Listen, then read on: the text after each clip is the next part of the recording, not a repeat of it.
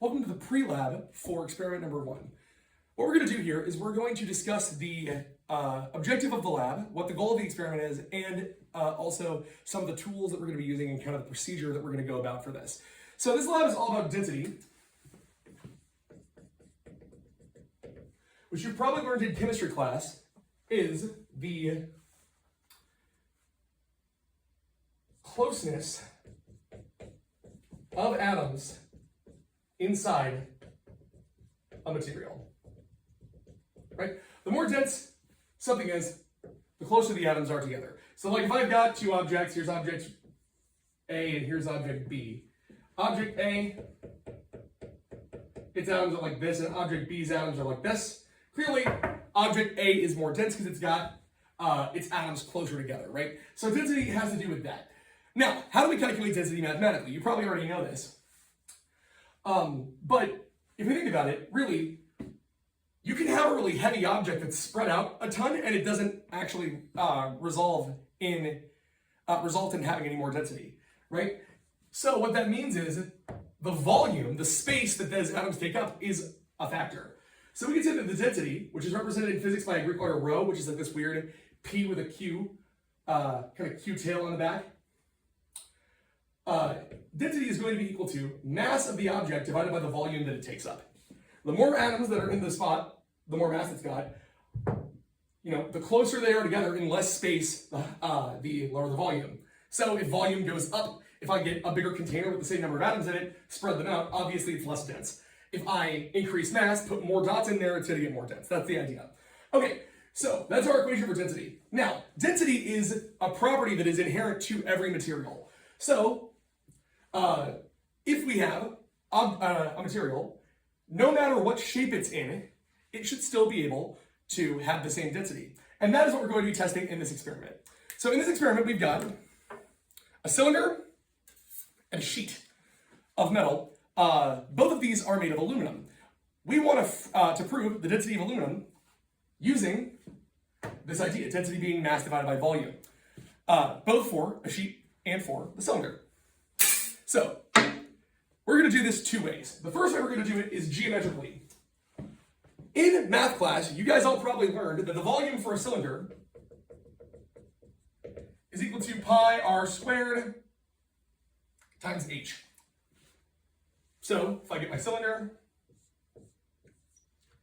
measure my radius, measure my height,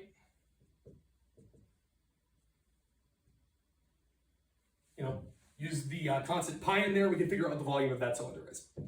Easy enough. What about for the sheet? Well, the volume of the sheet is just going to be, this is a rectangle, and it's got a thickness to it. So we can say that this is length times width times height. So it's like, it's got some height here, and it's got a length, and it's got a width. So that's how we're going to do it geometrically. We will also be doing it experimentally. How will we be doing it experimentally? We're going to take our object and put it into a bucket of water via Archimedes' principle. Archimedes' principle says that if you drop an object into a container of water, the amount of water that gets displaced or moved is the amount of space that the object takes up. So for instance, if I drop this inside here and this water moves up 20 liters, that tells you that this takes up 20 liters of space because it moved 20 liters of water. That should make sense. Okay, so we're going to be doing it both experimentally and geometrically for our experiment here. How we're going to find the mass is simple enough. We just got a regular old scale. Okay, now there's one other thing about this lab that we care about, and that is uncertainty.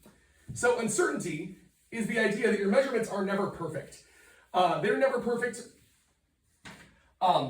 because nothing in nature is perfectly shaped.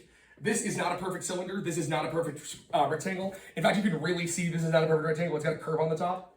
And I cut it out kind of crappy on purpose for that reason. So there is an uncertainty because these materials are not perfect. This equation only works if it's a perfect cylinder or a perfect rectangle. So we're going to get a little bit off from our math as a result of this. Likewise, we also are going to have uncertainty in our tools. I could not measure a blood cell with this ruler. It's too small, right? This ruler only goes to tenths of a centimeter. So, in other words, my uncertainty is going to be based on what kind of tool I'm using. So, in the case of this lab, we have two types of uncertainty. The first is called systemic uncertainty. And systemic uncertainty comes from tools. It is the uncertainty of your tools. It is the uncertainty of you being able to read your measurement. So, generally speaking, when we use systemic uncertainty, we go for either that measurement's lowest mark or half of that measurement's lowest mark, so it rounds up or down. I prefer to go for that measurement's lowest mark. So here, I'm going to say that this goes down to tenths of a centimeter. Its systemic uncertainty will be tenths of a centimeter. If a scale, for instance, says, 171.7 pounds, that 0.7, that's your uncertainty. So your uncertainty is how much your measurement can be off by, and it's going to be based on the bottom decimal or lowest measurement that your tools give you, right? Now, we also have what we call random uncertainty.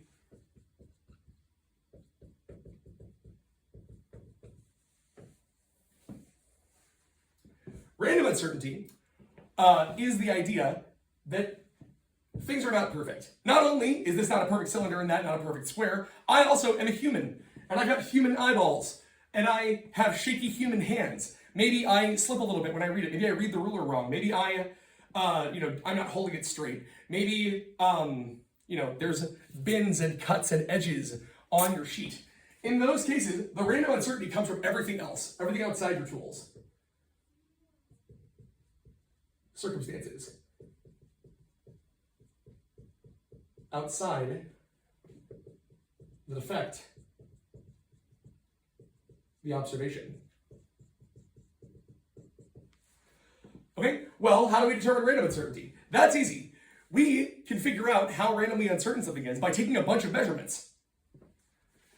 So, if we take a bunch of measurements and then we average them, we can get close to removing the random uncertainty. So, if I look at this piece of sheet metal, for instance, I want to measure it here on the top,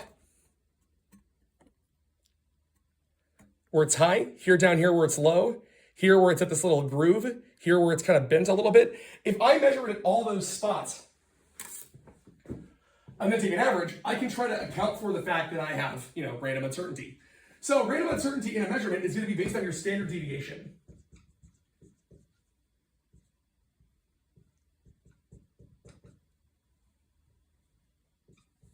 And standard deviation basically just has to do with how far away your measurements are away from the average of those measurements. So if I get a set of data, if I get a set of data with a bunch of things packed together, all my measurements are very close together, my standard deviation is really high, low random uncertainty, right? The thing is very consistent if all my measurements are similar.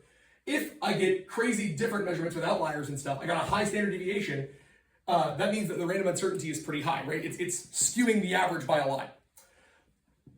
Okay, so we're going to account for these two in the experiment, and I'll show you on the day of the lab some of the math that we do for this. I'm now going to cut to showing you how to use some of our tools. All right, so the first one is really simple. We got a scale. Here he is. Lovely, regular old digital scale. Just turn them on.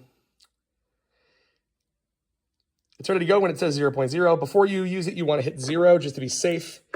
With nothing on it, you want it to be reading that as 0. So hit 0 on that. Then you're going to take your object, put it on there, and it'll read a value. You write that down. That's your weight. Easy peasy. We also have a ruler. This ruler has inches and centimeters on it. We are scientists. We're going to be using centimeters, not inches. So remember when you're looking at this, use the small marks, not the big marks. We want this side. We don't want this side. Okay? Over here, we've got our graduated container. We have CC, which is cubic centimeters or milliliters on the one side, and we have ounces on the other side. Again, we're scientists, so we're going to use the metric unit. That's this side here. So how this is going to work when you measure it. Right now, I've got this down to 25, about 725 milliliters. So if I wanted to know the amount of space that an object is taking up, say this ruler, for instance, it goes up from 725 to like 740. You're gonna kind of have to eyeball it because this does not have a lot of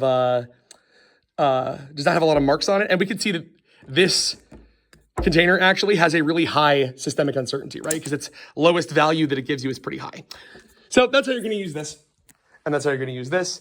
We also have a pair of calipers that we're going to use.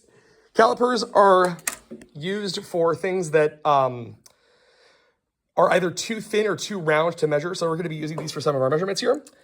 If we open this up, see it says 0 millimeters when you push it all the way in. You want to zero that before you start it, just like the scale. And then you open it up. And then you put it around whatever you're measuring. I'll measure this ruler here. And push in until it gives you the measurement. So 24.6 millimeters is the width of this ruler. Okay, easy peasy. See you at lab.